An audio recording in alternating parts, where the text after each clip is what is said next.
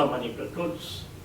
A nossa gravação de hoje será sobre o conceito de católico, indagando se, ao longo da história, o conceito de católico foi enriquecido ou ele foi simplesmente, vamos usar a palavra, explicitado. É como se fosse um conjunto de galáxias e que, aos poucos, ao decorrer da história, as várias faces do católico fossem conhecidas.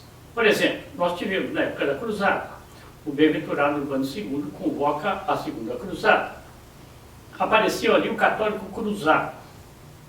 Em que medida que ele enriqueceu algo do perfil do católico, daquela igreja católica fundada por nosso Senhor Jesus Cristo? Enriqueceu, ele externou uma potencialidade, quer dizer, era uma potência que se transformou em A. Hoje, nós estamos em 2026, a gente pode se perguntar se um católico pode ser de direita, pode ser de esquerda, pode ser de centro. O católico tem obrigação de ser um anticomunista? Essa é a nossa matéria de hoje. Nosso Senhor Jesus Cristo, quando fundou a Igreja Católica, deu aos apóstolos, sobretudo ali nas últimas instruções, disse aos apóstolos que assim como eu fui perseguido, vós também sereis perseguidos por causa do meu nome. O católico é militante. O católico está em luta contra o demônio, o mundo e a carne. A igreja, depois dos apóstolos, evidentemente, veio a era dos mártires. Depois nós tivemos os confessores, nós tivemos o católico medieval. É muito interessante a gente pegar esse aspecto aqui do católico medieval. O católico medieval poderia ser, por exemplo, um católico liberal. Não estava na cabeça dele nem entender o que era possível ser um católico liberal. Se nós passamos, então, para o tempo do Papa Pio IX, século XIX, aí sim começaram a existir os católicos liberais. O que eram esses católicos liberais?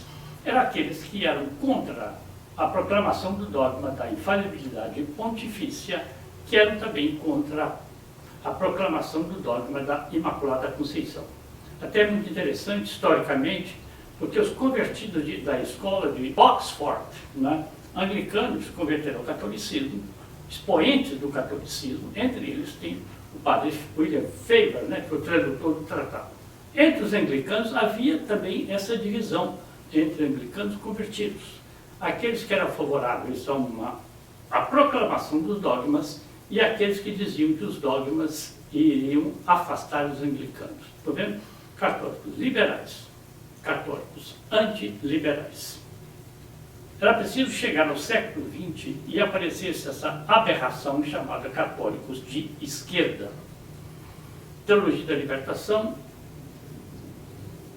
Como é que pode ser católico de esquerda, sendo que todos os papas, a partir de Pio IX, a partir, portanto, 2 anos antes do manifesto de Marx, manifesto comunista de Marx, Pio IX já escreveu contra o socialismo e contra o comunismo. Então, essa sucessão de papas condenando o comunismo, a favor do direito de propriedade, a favor da livre iniciativa, a favor da família, claro, defendendo, naturalmente, condenando o ateísmo, o materialismo. Como é que é possível surgir, então, no século XX, católicos de esquerda? Como é que é possível a corrente da teologia da libertação? Aí que entra um ponto muito importante para nós. Infelizmente, há youtubers católicos que querem dizer, não, o católico não é nem de direita nem de esquerda, ele não deve tomar posição nesta questão. Será bem assim? Então, se nós estávamos na época de Hitler e Mussolini no poder, com as falsas direitas, nazifascistas, nós estávamos na época de Stalin no poder na Rússia, perseguindo os católicos. Stalin, regime comunista na Rússia. E vai dizer que o católico não tem posição face aos regimes políticos? Claro que tem. O católico não tem posição como o Dr. Pio adotou na Liga Eleitoral Católica, dizendo o seguinte: a Liga está fora e acima dos partidos. Que partidos eram esses? Era o Partido Conservador, era o Partido Republicano Paulista, Se existisse na época, aliás, existia Partido Socialista, que Alec manifestou-se ostensivamente contra o Partido Socialista. Então, o católico tem sim uma posição política, mas não é política partidária quando os partidos não têm uma ideologia, não têm uma posição face à Igreja. Bom, eu penso que aí ficou bem claro a posição da Igreja Católica enquanto militante aqui nesta terra, militante contra o demônio, o mundo e a carne. Muito obrigado a todos. Salve Maria.